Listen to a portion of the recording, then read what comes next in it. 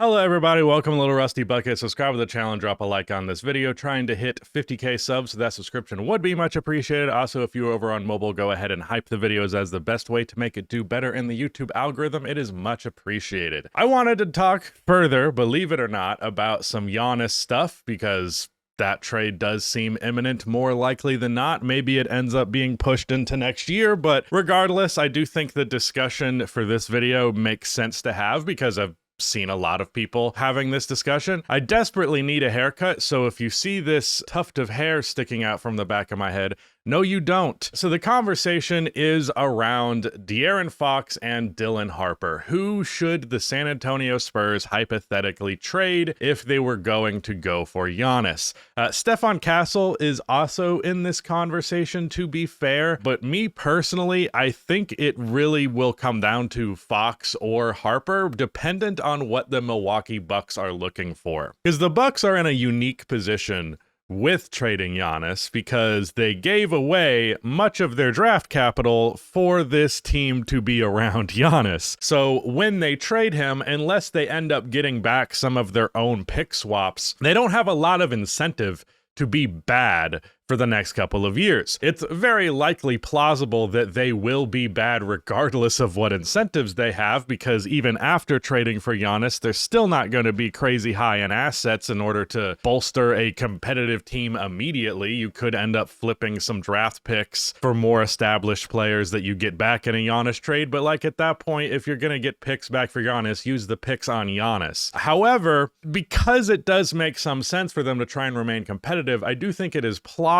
that they would instead be more interested in De'Aaron Fox, who is an established all-star caliber player. It would be odd for the Spurs to trade Fox so soon after trading for him at the deadline last year. I think it was actually a little bit before the deadline. But regardless, if you're going to get Giannis, you're willing to trade De'Aaron Fox. However, Dylan Harper just had his career high game against the New Orleans Pelicans the other day. I watched his highlights. He had 22 points. He hit basically a game winner. I think it might have been to make it a 3-point game when it was a 1-point game, but whichever it was, he was excellent. And I am kind of at a crossroads. I've had this discussion with my friend Zay, who is a big NBA guy, and he's specifically a big NBA draft guy, and he was really high on Dylan Harper. Bro, the way that I did not know that this man was Ron Harper's son. I knew that Ron Harper Jr. played in the NBA. I did not know that his dad was Ron Harper. Well, that's something. Pretty good NBA player at one point. In college, he put up 19 points, 4.5 rebounds, 4 assists, shot 33% from 3, 75% from the line. So the jump shot, a little bit of a question, but he is so damn good at basically everything else. His mid-range game, I don't actually have any idea what his mid-range stats would say. I've seen a little bit of positive, but not much. Yeah, he hits his long twos pretty well. He's shooting 20% from 10 to 16 feet, which is not good. 40% from floater range, which is solid for a rookie guard. It is about league average or a little bit below league average, actually, but that's fine for a rookie. And then he's shooting 67% at the rim, which is really, really good for a rookie guard. And the thing is, he's big as hell. He's 6'5", 215. He kind of reminds me of Cade Cunningham, primarily just because he's a big-ass point guard who wears the number 2. But basically, besides for the jump shot, I'm really confident in what this guy has as an inside-the-arc scorer, as a ball handler. Seems like a decent defensive player as well, and he's a good playmaker. But I'm kind of torn specifically on what the Bucks would want when Giannis is there, because my logic, I'm personally, just give you the spoiler alert, I'm in the camp of they should trade Harper rather than Fox, because Dylan Harper is just not there yet. And Giannis is 30, maybe about to be 31, or is he already 31? Yeah, he's 31, so he's getting older. And then you have Victor Wembanyama, who there's a lot of concerns about the longevity of his ceiling, because we don't know if him being 7'7" will eventually do the thing that it has done to every other 7'7" guy or anywhere near it, and their knees just turn into dust and it all goes downhill. So my thinking is, you trade for Giannis, you probably only have like a 5-year window with that duo. And hey, that's a pretty big window. It's not insignificant, but like, what if it takes Dylan Harper like 2 to 3 years to figure out playing at a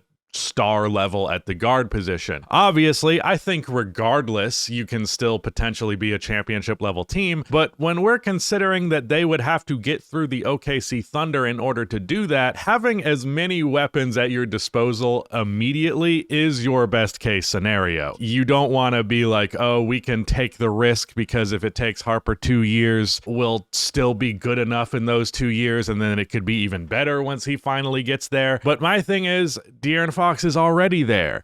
And it's not like De'Aaron Fox is super old. Yeah, he's 28. So the big thing as well for me, it's 15 games, so we shall see.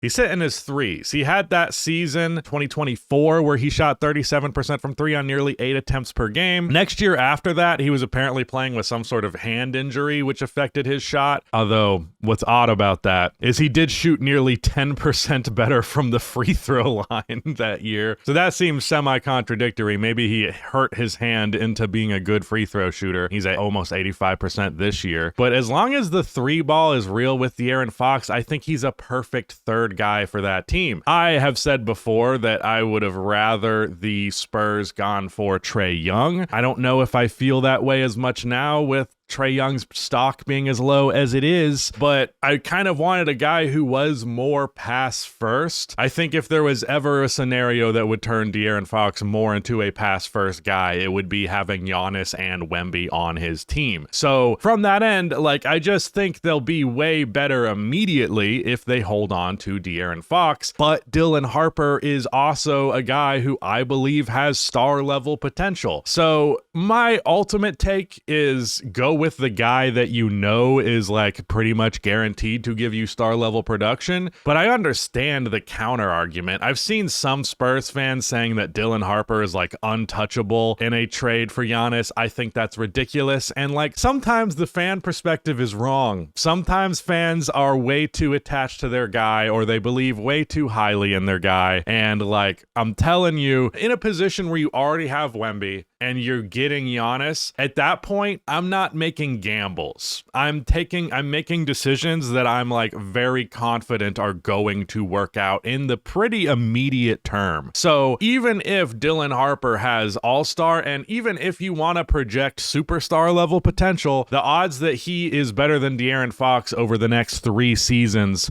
is pretty low. It's pretty low. And it's certainly not anywhere near as guaranteed as De'Aaron Fox being as good as he is right now for the next couple of years. So that's where I'm at. I would personally hold on to Fox and trade Dylan. And if I was the Bucks, I would rather have Dylan Harper, because even if you want to try and remain competitive, you ideally would not do so by trading for a 28-year-old player who, by the time you're anywhere near possibly trying to be more than just competitive and actually good, he'll be on his way out of either the league or literally just be done playing for your team because he wants to go win a championship somewhere. So I just don't think that choosing Fox over Harper makes a lot of sense. It is plausible that you could do Castle and keep both of them. I think that's possible. I've seen some people suggest that. But my thing is, as well, Stephon Castle can't shoot worth shit. So that's a problem. I don't know if he will ever figure that out. He shot okay from 3 to start the season, but he has been brick after brick after brick since then. But the thing is, he is further along than Dylan Harper in terms of his inside the arc stuff. He is averaging a lot of turnovers for how many assists he's putting up, but still. And then his defense is so good to the point where I'm like, I could have a fourth guy after Fox, Giannis, Wemby. I would rather it be the like defensive bulldog who's a decent playmaker and a incredibly good finisher and like a world-beating perimeter defender. I think the solution is just rather simply trading Dylan Harper instead of De'Aaron Fox. So that's where I'm at. Let me know what you think, especially if you're a Spurs fan down below. I absolutely get seeing a young prospect and being super hyped for them and then projecting this massive ceiling on them, but I can also personally attest that that shit does not always work out. In fact, I'd say more often than not, it doesn't work out to the level of potential you project when it's like the honeymoon phase with a rookie guard or a rookie player, period. Like there is like last year, When Manas Buzelis was on his way up, I was like, holy shit, it's white Kawhi Leonard. I was more like a better version of Andre Karolinko, which I still think is in the cards, but he's been okay his sophomore year. And I'm like, maybe I got a little carried away. Same shit happened with Patrick Williams, although I was never quite in the he's fucking next Kawhi camp, you know. And also direct player comparisons are pretty reductive, but it's a great quick way to illustrate that yeah, I was overreacting. So yeah, that's my take. Let me know what you think. Goodbye.